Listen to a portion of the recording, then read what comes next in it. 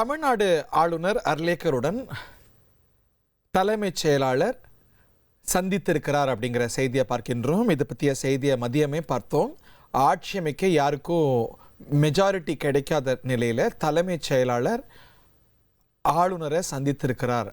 இது போன்ற காட்சியை நம்ம 2014 பார்த்தோம். ஏன்னா 2014 இப்படி ஒரு வேக்வம் போன்ற ஒரு சூழல் உருவாச்சு. காரணம், செல்வி ஜெயலலிதா தண்டிக்கப்பட்டிருந்தார். அவர் தலைமையில் ஒரு அரசு இருந்தது. ஆனால் அவர் சிறை சென்ற போது ஒரு வேக்வம் உருவானது. அதுக்கு அடுத்த நாள் தான் மந்திரி சபை பதவியேற்றது. ஸோ இடைப்பட்ட நேரத்தில் ஆட்சி நிர்வாகத்துக்கு ஒரு டிரெக்ஷன் வேணும் என்ற அடிப்படையில் ஆளுநரோடு தலைமைச் செயலாளர், டிஜிபி உள்ளிட்டோர்லாம் சந்தித்து பேசினாங்க.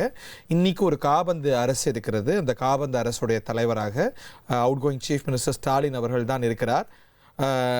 அந்த நிலையில் ஒரு நிர்வாக முடிவுகளை அவங்க எடுக்க முடியாத ஒரு சூழல் தான் இருக்கிறது. ஆட்சி அமைக்க யாருக்கும் மெஜாரிட்டி இன்னும் நிறுவப்படலை. இல்லை ஆளுநர் திரு விஜய் அவர்களுடைய கிளைமை ஏற்றுக்கிட்டு அவரை ஆட்சி அமைக்க வாய்ப்பு இதுவரைக்கும் கொடுக்கல. நம்பரை இன்னும் கேட்டு நிறுவ சொல்லியிருக்கிறாருங்கிற நிலையில் ஒரு வித்தியாசமான சூழ்நிலை தமிழ்நாட்டில் ஏற்பட்டிருக்கிறது. தேர்தல் முடிவு வந்த உடனேயே ஒரு டைரக்ஷன் தெளிவாயிடும், அது நிறுவப்பட்டுரும். இன்கமிங் கவர்மெண்ட் யார் அப்படின்னு உறுதியாக தெரிஞ்சிடும். பட் இந்த நம்பர்ஸின் அடிப்படையில் கான்வாய் வாகனம், அதிகாரிகளுடைய அணிவகுப்பெல்லாம் பார்த்தாலும் கூட இப்போ ஆளுநர் எடுத்திருக்கக்கூடிய நிலைப்பாடு நம்பர்ஸை காட்டிட்டு ஆட்சி அமைங்க அப்படின்னு சொல்றதுனால ஒரு தெளிவற்ற சூழல் உருவாகி இருக்கிறது. ஒரு காபந்து அரசு இருக்கிறது, அதற்கு முதலமைச்சர் இருக்கிறார். ஆஸ் வி ஸ்பீக் தமிழ்நாட்டு அரசின் முதலமைச்சர் திரு ஸ்டாலின் என்றாலும் கூட நிர்வாக முடிவுகளில் அதிகாரிகள் அவர் சொல்றதை கேட்பாங்களா, இல்லை அது இயல்பாகவே ஒரு அன்சர்டனிட்டி இருக்கிறது. ஸோ அந்த அன்சர்டன் டைம்ஸில் ஆளுநரோடு நிர்வாகம் சார்ந்த நிறைய விஷயங்களை பேசுறதுக்கு தலைமைச் செயலாளர் சாய்குமார் சந்தித்து பேசியிருக்கிறார். அந்த சந்திப்பு நிறைவு பெற்றிருக்கிறது அப்படிங்கிறதையும் பார்க்கின்றோம்.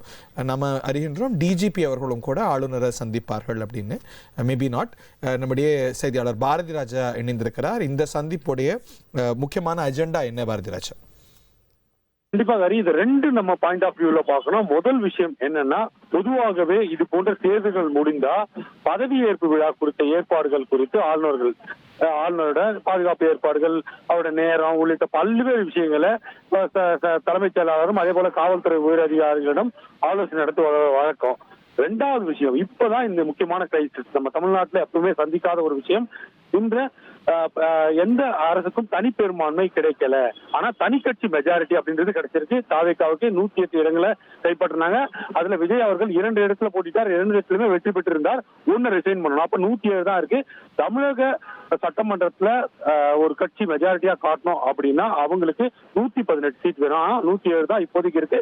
காங்கிரஸ் நாங்க ஆதரவு கொடுக்கறோம்னு சொல்லி நேரடியாக கடிதமும் கொடுத்தாங்க. இப்ப 112 நம்பர் மாறிடுச்சு.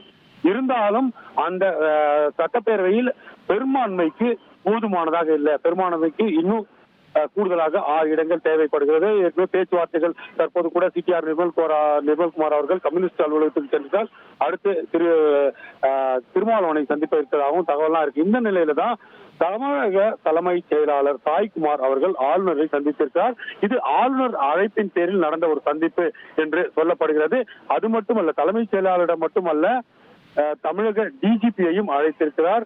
டிஜிபியும் இன்னும் சற்று நேரத்தில் லோக் பவனுக்கு வர இருக்கிறார் என்பது. நீங்க பெங்களூர் அரசியல்ல மகாராஷ்டிரா அரசியலும் கூட உன்னிப்பா கவனிக்கிறவர், கர்நாடகாவை ரொம்ப டீப்பா நீங்க அனலைஸ் பண்ணி ரிப்போர்ட் பண்ணியிருக்கிறீங்க.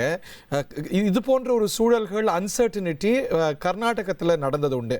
அது போன்ற சூழல்களில் ஆளுநர்கள் இந்த மாதிரி நிர்வாகத்தை வழிநடத்த டிஜிபியை தலைமைச் செயலாளர்களோடு சந்தித்தது உண்டா?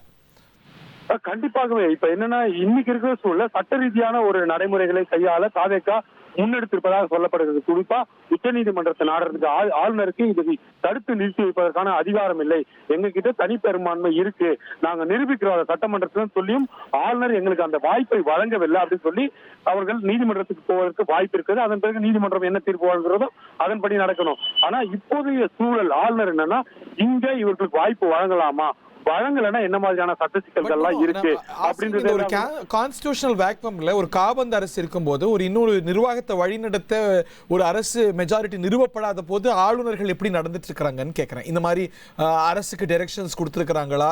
ஏன்னா ஒரு பொலிட்டிக்கல் கவர்மெண்ட் இருக்கும்போது ஆளுநர்கள் இப்படி சமன் பண்றது இல்லை, தலைமைச் செயலாளரையோ இல்லை டிஜிபியோ சமன் பண்றது இல்லை. இதோட ஆப்சன்ஸ்ல தான் இது வருதுங்கிறத பார்க்கின்றோம். நான் அந்த பேரலல்ஸை கேட்கிறேன்.